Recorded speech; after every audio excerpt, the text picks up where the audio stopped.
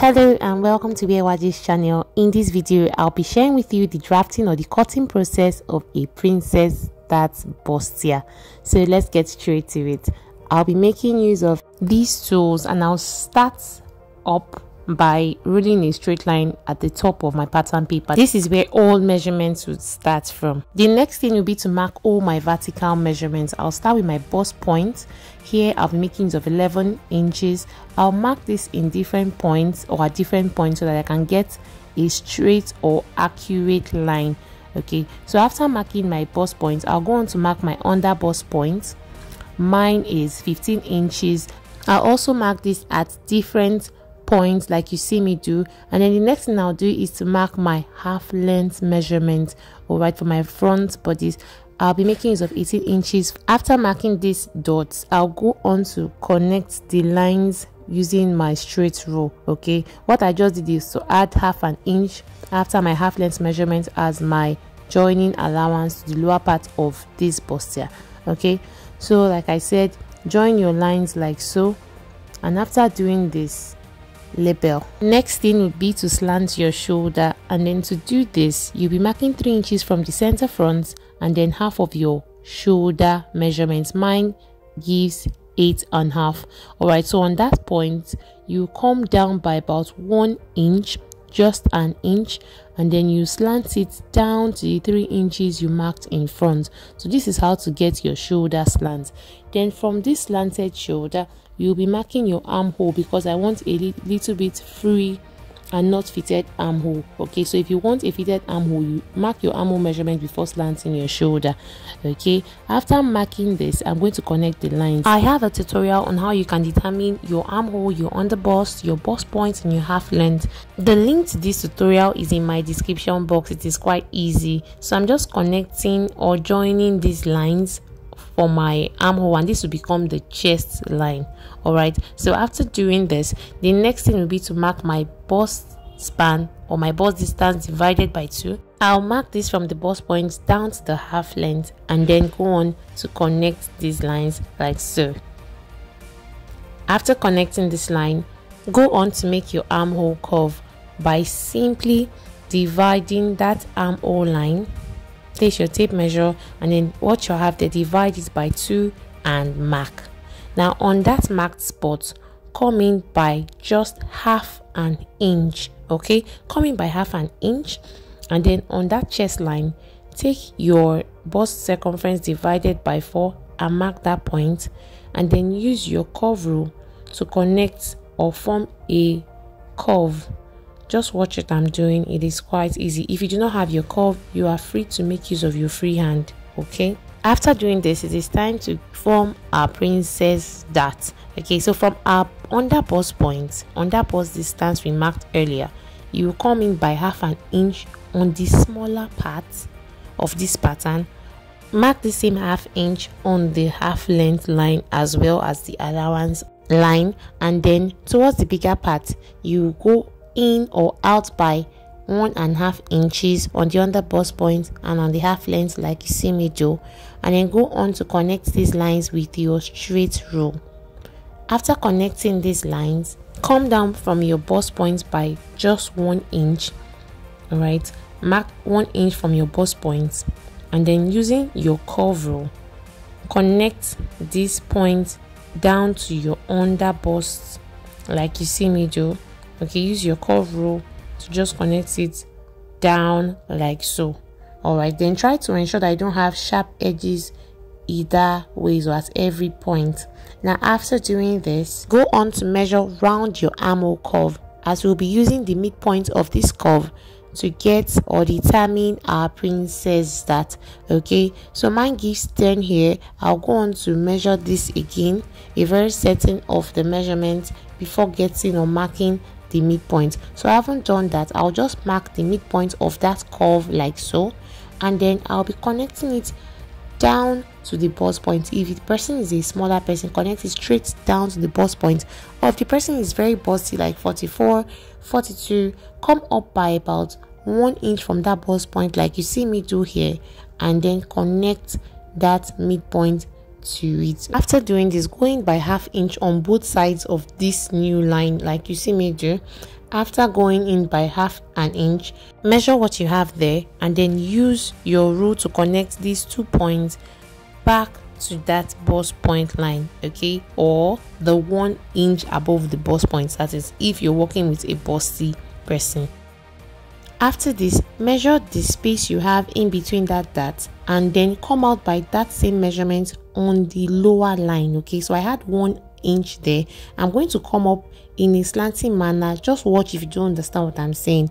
On that lower point by the same 1 inch. So if you have 1.5, please come up by the same 1.5 on that second line and then connect it back to the bust point. All right, after connecting this, ensure that you do not have sharp edges like mine, please. All right, so try to use your curve rule to just mark that in a curving manner, and then this is what we'll be cutting out when it is time to cut. The next thing to do would be to take in our horizontal or round measurement, okay. I'll start by marking my bust circumference divided by 4, and then I'll also measure that intake and include it before going on to mark my seam allowance. Here I use 2 inches. Feel free to use 1.5 inches as it will just be fine. So on my half length, I'll go on to mark my waist measurement divided by 4.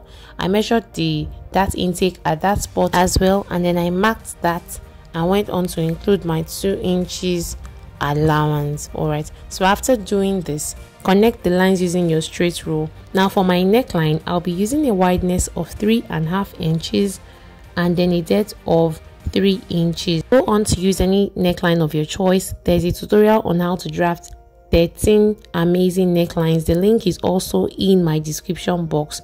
I'm sure you'll find it helpful. Okay, so after marking your neckline, it is time to cut out. But before I cut out, I'll quickly label the sides and the center front of this pattern, okay. And then, like I said, ensure you don't have any sharp edges in between your darts. So before I cut out, I'll go on to elongate my lines up onto the chest line and then cut all of this out. While cutting, ensure that you are not cutting out the wrong part of your pattern, so take your time and do it accurately. So here I remember that I had not connected this new armhole. So what we'll be doing here is to just use your curve rule to connect this outer line down to the chest line, okay, or your armhole line like you see me do. After this, it is okay to cut out, okay. So I just cut this out, and this is how beautiful your front pattern should look like when you're done cutting. Now going straight to the back pattern, I'll start up with my baseline like I did in the front area. Only this time I'll be marking my zipper allowance. Here I use about 2 inches. You can use 1.5 inches for this zipper allowance, and then I connected these lines.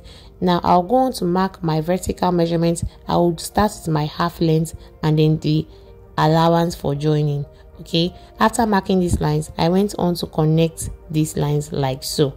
I'll go on to slant my shoulder after this by marking from that zipper line my shoulder measurement divided by 2, and then I'll also mark 3 inches, okay. Now like I did in front, I'll come down at that shoulder line by 1 inch and slant it down to 3 inches. So after doing this, I'll go on to mark my armhole divided by 2 measurement, okay, from that slanted shoulder all the way down. This is what I did while drafting the front pattern. I'll go on to use my straight rule to connect these lines and create my chest line. The next thing will be to mark our bust distance or bust span divided by 2 right from our half length up onto that chest line like you see me do. Start from your zipper allowance, please. Then for our back armhole, we will not be creating or going in by ½ inch because we are not making a curve there.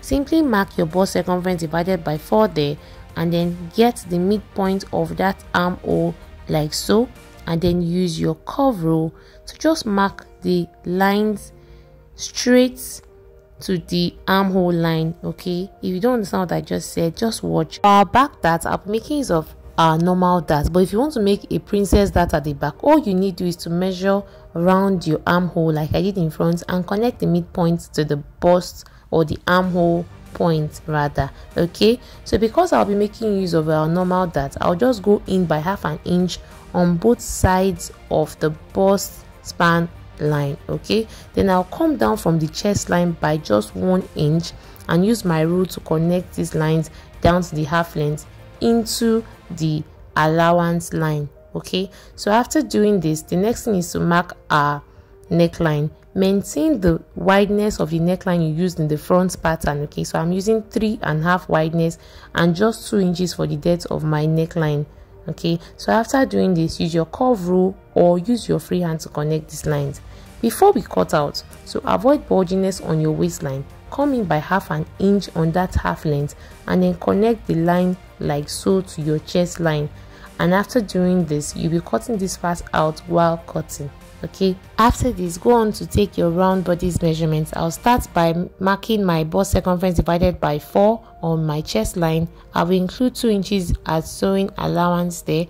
I will come down to my half length. Please remember that all these measurements are marked after the zipper allowance. After marking my waist circumference divided by 4, I'll mark my dart intake there and include my sewing allowance just like you see me do. Alright, so I'll use my straight rule to connect these lines, and after doing this, it is time to cut out this pattern. Now after cutting out your pattern, do not forget to trim out this zipper line like you see me do. Okay, so after cutting this out, this is what your back pattern looks like, and then your front pattern as well, and then you're good to go. Go on to cut this on your fabric. Alright, adding 1/2 inch to these sides that you see me touch. Please watch my next video to see how I put all of this pattern to form this. It's really easy. Thank you so much for watching. See you in my next video. Bye.